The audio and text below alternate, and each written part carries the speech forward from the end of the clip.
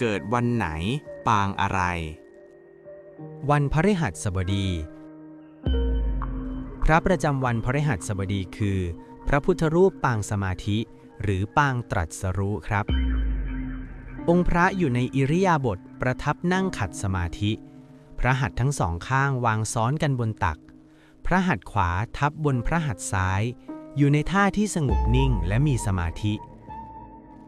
ปางนี้จำลองเหตุการณ์ในช่วงเวลาที่สำคัญที่สุดของพระพุทธเจ้า นั่นคือตอนที่พระองค์ทรงตรัสรู้เป็นพระสัมมาสัมพุทธเจ้าใต้ต้นพระศรีมหาโพธิ์ณริมฝั่งแม่น้ำเนรัญชราในวันขึ้น15 ค่ำเดือน 6 หรือวันวิสาขบูชานั่นเองครับ ในครั้งนั้นพระพุทธเจ้าทรงเสด็จมาที่ริมฝั่งแม่น้ำเนรัญชราตำบลอุรุเวลาเสนานิคมและประทับนั่งที่โคนต้นไทรริมน้ำนั้นไม่นานนักนางสุชาดาซึ่งเพิ่งได้บุตรชายตามที่เคยได้ภาวนาร้องขอกับเทวดาที่ต้นไทรแห่งนั้นกำลังนำเครื่องเส้นไหว้มาบูชาตอบแทนแต่พอนางได้เห็นพระพุทธเจ้าทรงประทับนั่งอยู่ที่โคนต้นไทรด้วยพระจริยวัตรที่งดงามเปี่ยมพระเมตตาก็เข้าใจไปว่าทรงเป็นเทวดาจึงตรงเข้าไปถวายข้าวมัทุปายาตในถาดทองคำด้วยความศรัทธาพระพุทธเจ้าก็ทรงรับไว้พระองค์ทรงปั้นข้าวนั้นเป็น49 ก้อนและเสวยจนหมดเมื่อทรงเสวยเสร็จแล้วพระพุทธเจ้าทรงนำถาดทองนั้นตรงไปที่ริมแม่น้ำเนรัญชราและทรงวางถาดลงบนผิวน้ำพร้อมตั้งจิตอธิษฐานว่าถ้าหากเราสามารถตรัสรู้ได้ก็ขอให้ถาดนี้ลอยทวนน้ำขึ้นไปแต่ถ้าทำไม่ได้ก็ขอให้ลอยไปตามกระแสน้ำเมื่อพระพุทธเจ้าทรงปล่อยมือจากถาดทองคำถาดนั้นก็เกิดลอยทวนน้ำขึ้นไปถึง80 ศอกอย่างน่าอัศจรรย์ก่อนจะจมดิ่งลงไปยังนาคพิภพและซ้อนรวมกับถาดทองคำของพระพุทธเจ้าในอดีตทั้ง3 พระองค์ที่นั่นเย็นวันนั้นพระพุทธเจ้าทรงมุ่งหน้าไปที่โคนต้นพระศรีมหาโพธิ์เพื่อบำเพ็ญเพียรครั้งสุดท้ายระหว่างทางพระองค์ทรงพบกับโสธยพราหมณ์พราหมณ์นั้นได้เห็นพระองค์ก็เกิดความศรัทธาจึงได้ถวายมัดย่า8 กำแก่พระพุทธเจ้าพระองค์ก็ทรงรับไว้แล้วทรงใช้มัดย่านั้นปูเป็นที่นั่งที่โคนต้นพระศรีมหาโพธิ์เป็นดั่งรัตนบัลลังก์พระองค์ทรงนั่งลงและตั้งใจมั่นที่จะตรัสรู้ให้สิ้นกิเลสภายในคืนนี้จึงทรงตั้งจิตอธิษฐานขึ้นว่าแม้เลือดเนื้อเอ็นกระดูกจะเหือดแห้งไปก็ตาม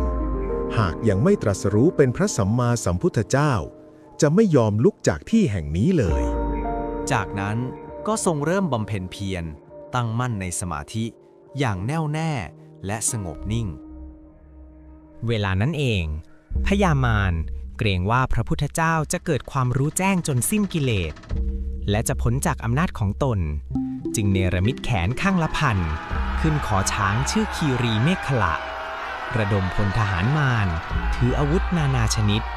นำทัพยกพลเข้ามารุมล้อมหมายจะขู่ให้พระพุทธเจ้าตกพระหฤทัยกลัวและลุกหนีไปเสียจากใต้ต้นโพธิ์พระพุทธเจ้าทรงประทับนั่งสงบนิ่งมิได้หวั่นไหวระลึกถึงบารมี10 ทัศที่ทรงบำเพ็ญมาทุกชาติหลายแสนกับทำให้แม้พระยามารและเหล่าทหารมารจะซัดอาวุธอันใดเข้าใส่อาวุธเหล่านั้นก็กลับกลายเป็นดอกไม้ตกลงมาเสียทั้งหมดไม่สามารถทำอะไรพระพุทธเจ้าได้เลยพญามารเห็นดังนั้นก็ใช้วาจาขู่พระพุทธเจ้าว่าบัลลังก์นี้เป็นบัลลังก์ของเราท่านจงลุกออกไปพระพุทธเจ้าตรัสกลับไปว่าใครเป็นพยานของท่านในเรื่องนี้พญามารตอบว่าเหล่าเสนามารของเรานี่ไงเหล่าทหารมารก็เปล่งเสียงโห่ร้องเป็นพยานร่วมกันพระพุทธเจ้าตรัสว่าบัลลังก์นี้เป็นบัลลังก์ของเราเพราะเราได้บำเพ็ญกุศลธรรมและบารมีต่างๆมาเพื่อตรัสรู้ณที่บัลลังก์นี้พญามารกล่าวว่าใครเป็นพยานของท่านพระพุทธเจ้าได้ทรงเหยียดพระหัตถ์เบื้องขวาสัมผัสลงที่พื้นดินแล้วกล่าวกับพญามารว่าแผ่นดินนี้เองจะเป็นพยานให้แก่เราเพราะเมื่อเราบำเพ็ญบารมีทานต่างๆมาในทุกๆชาติเราได้กรวดน้ำลงบนแผ่นดินทุกครั้ง จึงเหมือนดั่งแม่พระธรณีได้เป็นพยานให้แก่เรา ทันใดนั้นเอง พระแม่ธรณีก็ทรงผุดขึ้นจากพื้นดิน เพื่อเป็นพยานให้กับพระองค์ดังที่ทรงตรัส พร้อมบีบมวยผมซึ่งชุ่มไปด้วยน้ำจำนวนมหาศาล ซึ่งน้ำที่ออกจากมวยผมนั้น ก็คือน้ำที่พระพุทธเจ้าทรงเคยกรวดเอาไว้ ตอนที่ทรงบำเพ็ญบารมีในชาติก่อนทุกๆชาติ น้ำจากมวยผมนั้นหลั่งออกมามากมายจนกลายเป็นทะเลโหมพัดเข้าท่วมกองทัพของพญามารจนแตกพ่ายถูกน้ำพัดพาไปจนหมดสิ้น พระพุทธเจ้าจึงทรงชนะมารได้ก่อนพระอาทิตย์อัสดง จากนั้นพระองค์ก็ทรงเริ่มบำเพ็ญความเพียรต่อไปในเวลาพลบค่ำเวลาผ่านไปจนถึงในปฐมยาม พระพุทธเจ้าก็ทรงบรรลุบุพเพนิวาสานุสติญาณสามารถระลึกอดีตชาติที่พระองค์ทรงเกิดมาแล้วได้ทั้งสิ้นย้อนหลังไปถึง4 อสงไขย 100,000 มหากัปต่อมาในเวลามัชชิมยาม พระองค์ก็ทรงบรรลุจุตูปปาตญาณหรือมีตาทิพย์สามารถเห็นการเวียนว่ายตายเกิดของเหล่าสรรพสัตว์ทั้งหลายได้ทั้งหมดและเมื่อเวลาล่วงมาถึงปัจฉิมยามพระพุทธเจ้าก็ทรงตรัสรู้เพิ่มขึ้นด้วยการพิจารณาปฏิจจสมุปบาทหรือเหตุแห่งการเกิดทุกข์และการดับทุกข์และทรงสามารถดับกิเลสทั้งหลายให้สิ้นไปเมื่อนั้นจึงทรงบรรลุอนุตตรสัมมาสัมโพธิญาณเป็นพระสัมมาสัมพุทธเจ้าในเวลารุ่งเช้าวันนั้นเองเมื่อนั้นได้บังเกิดความมหาอัศจรรย์ขึ้นพื้นปฐพีเกิดสั่นไหวมหาสมุทรเกิดเคลื่อนคะนองพฤกษาชาติทั้งหลายต่างผลิดอกออกช่องามตระการไปทั่วทุกที่เทพยดาต่างก็พนมกรแซ่ซ้องสาธุการต่างพากันมาโปรยปลายบุปผามาลัยทำการสักการะบูชาเปล่งวาจาว่าบัดนี้พระอรหันต์สัมมาสัมพุทธเจ้าได้ทรงอุบัติขึ้นในโลกแล้วณใต้ร่มไม้สีมหาโพธิ์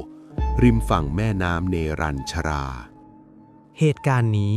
จึงเป็นที่มาของปางตรัสรู้ปางที่ระลึกถึงการตรัสรู้อนุตตรสัมมาสัมโพธิญาณขององค์สมเด็จพระสัมมาสัมพุทธเจ้าผู้ซึ่งค้นพบเส้นทางแห่งการหลุดพ้นผู้เป็นดั่งบรมครูของเหล่ามนุษย์เทวดาและสรรพสัตว์ทั้งหลาย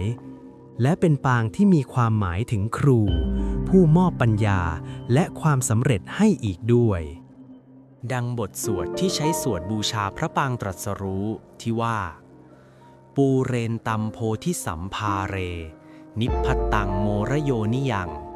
เยนะสังวิหิตารักขังมหาสตังวณีจราจิรัตสังวายมันตาปิเนวะสักขินสุคันหิตุงพระมะมันตันติอักขาตังปริตตันตัมพนามเหข้าพเจ้าขอนอบน้อมบูชาพระพุทธเจ้าผู้ทรงบำเพ็ญบารมีครบถ้วนทรงเปี่ยมด้วยพุทธคุณอันไพศาลและทรงโปรยพระธรรมดุจสายฝนข้าพเจ้าขอพระองค์เป็นที่พึ่งสูงสุดเพื่อให้เกิดสติปัญญาความสงบและความสำเร็จแก่ข้าพเจ้าด้วยเถิดหากชื่นชอบคลิปนี้ช่วยกันกดไลค์กด Subscribe เพื่อเป็นกำลังใจให้เราทำคลิปต่อๆไปกันเยอะๆนะครับ